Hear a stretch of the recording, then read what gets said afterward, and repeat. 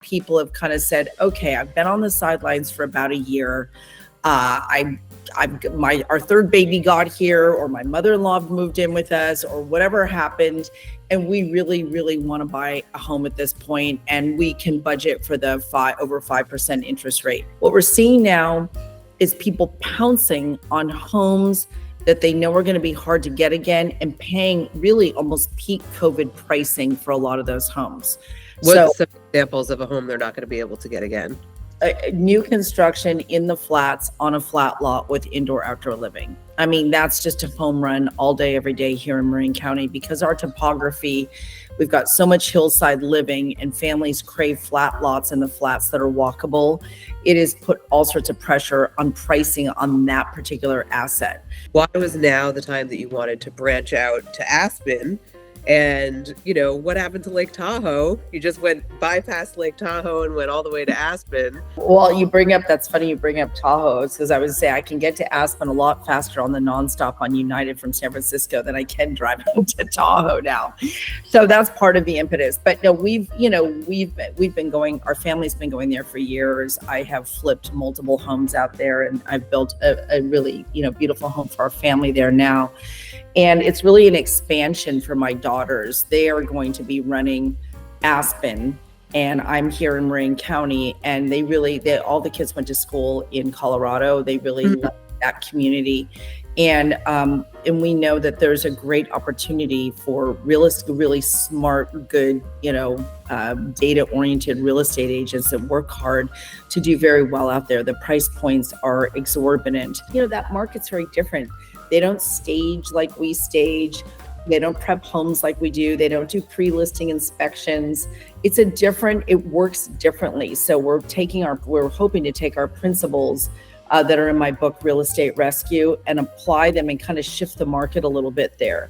Convince sellers that it's much smarter to pre-inspect their homes before they go on the market than waiting, nail biting, and having their home fall out of contract or get canceled.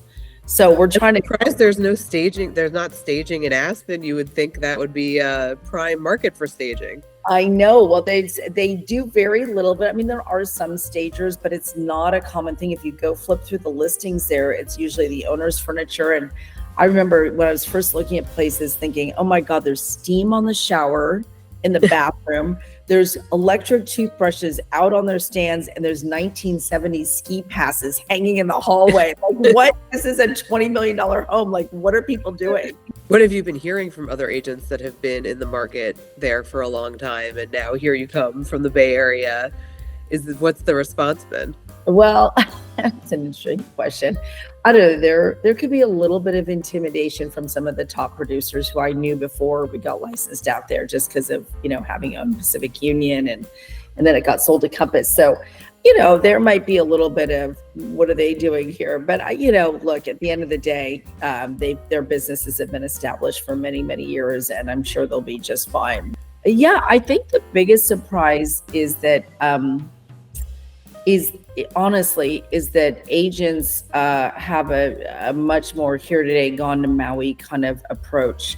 It's sometimes hard to reach them. They don't pick up their phones. They don't return calls for a day. And, I was watching my kid in a ski race, or my kid was having a birthday party.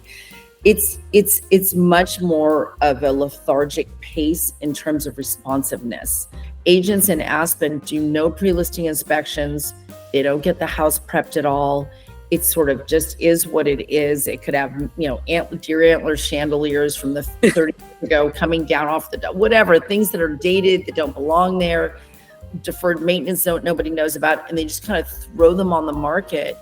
And then they hope for the best, which is just such the wrong approach, in my opinion. I feel like our job is to create as little risk for sellers as possible in both how we sell these homes, how they're presented, how they're marketed, and certainly understanding what, if anything, they have going on, so we can either build that into the price or fix it or whatever, and have a very successful escrow.